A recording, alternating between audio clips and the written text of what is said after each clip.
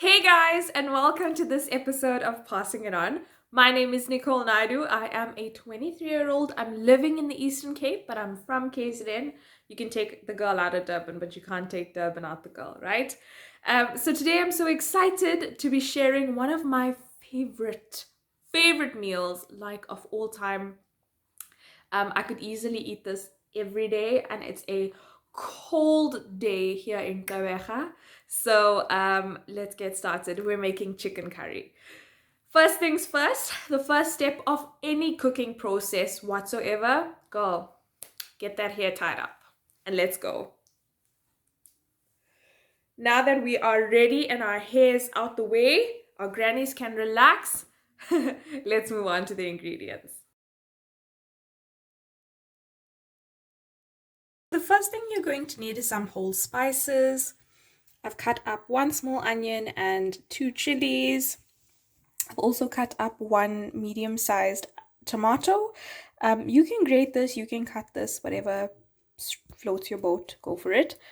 Here I've added my spices. So I have added around about 5 teaspoons of my hot Kashmiri mix. Chili powder / masala, everything's mixed in there. But I've also just added a little bit of Dhania powder and jeera powder and a little bit of turmeric. Of course, you will need some ground ginger and garlic, some salt.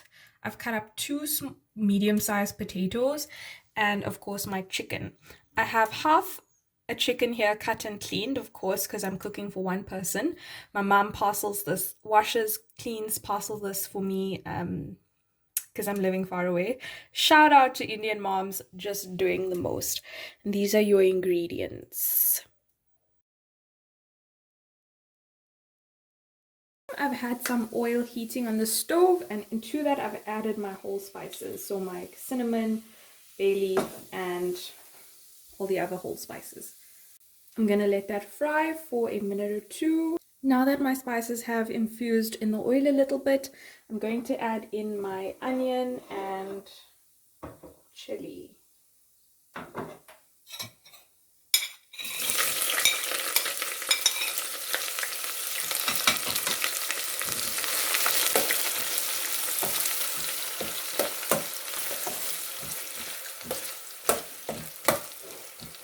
Going to leave my onions to fry for a little bit. It looks like there's a lot of oil here, but it's only because I'm cooking in a narrow but deep pot. I'm going to let these onions brown a little bit, and then we're going to move on to the next step.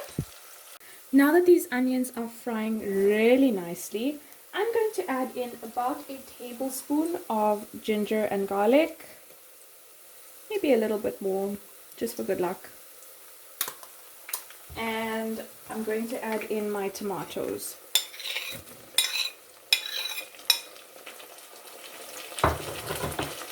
Give that a quick mix.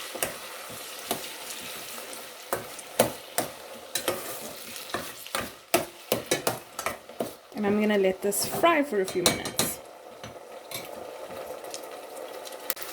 So here in the Eastern Cape, or at least this particular part, it is very difficult for me to find curry leaves.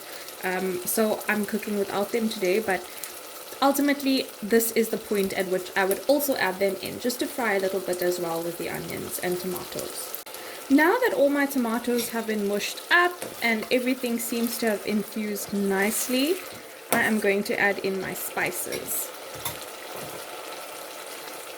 You can really just wing the quantities here. Most of the time, to be honest, I'm really just winging it. But I do like spicy food. And I'm going to mix all those spices in there.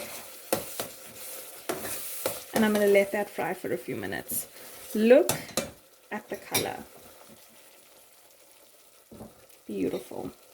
To this, I'm also going to add just around about just less than a tablespoon of salt, rough salt, and I will adjust based on taste a bit later on.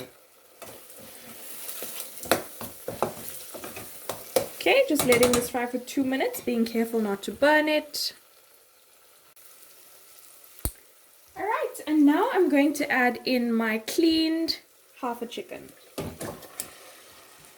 Like I mentioned, you are welcome to double these quantities to accommodate your family. I'm just gonna get this chicken coated in this mixture.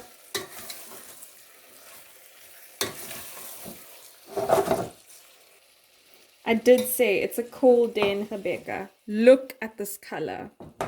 Can't wait.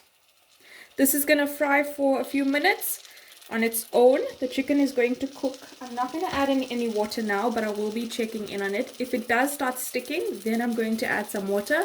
But for now, I'm literally just going to let the chicken cook in these spices for around about 15 minutes. Then we're going to add potatoes.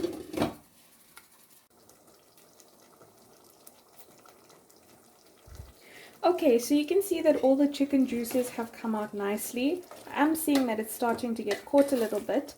At this point, I've added in just a little bit of water, so around about a half a cup, just to kind of help the chicken cook. But it's bathing here predominantly in all its juices.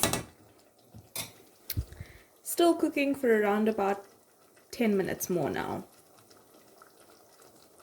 Okay, I think I forgot to mention this one, but at this point I'm going to add in just about a handful of chopped coriander just to kind of cook with the curry, and I've also kept one for garnishing at the end. So I'm just going to mix that in while that's cooking.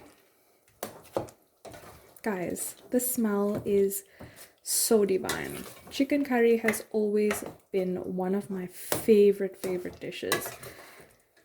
Like I said, it's a freezing day here, so I can't wait to dig into this. It's already making my mouth water. Okay, so the chicken is semi-cooked, and I am now going to add in my potatoes, which have been soaking in some water, waiting to make their big debut into the curry. Okay, so I'm going to quickly add in my potatoes. I have 2 potatoes there, cut up into cubes.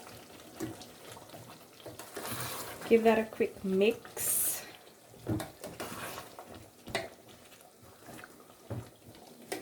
And now I'm going to add in some water and let this cook for another, say, 15 minutes. Adding in some water. Let those potatoes cook. You can skewer the potatoes in the middle or just poke them in the middle to help them cook a little bit more evenly. And we'll see you when the potatoes are almost done. This is literally it, guys. Once the potatoes are ready, the curry is going to be ready as well, and I can't wait. And just like that, our curry is cooked. Look at that thick gravy, soft potatoes, looking perfect. I'm now just going to garnish with a little bit of dhania.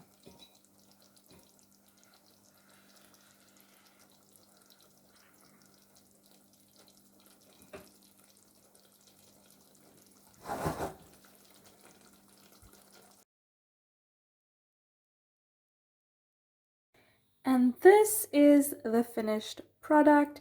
Thank you so much for sharing my kitchen with me today. It has been such a pleasure. I hope that you try this recipe and I hope that you enjoy it. Thank you for tuning in, and remember, pass it on.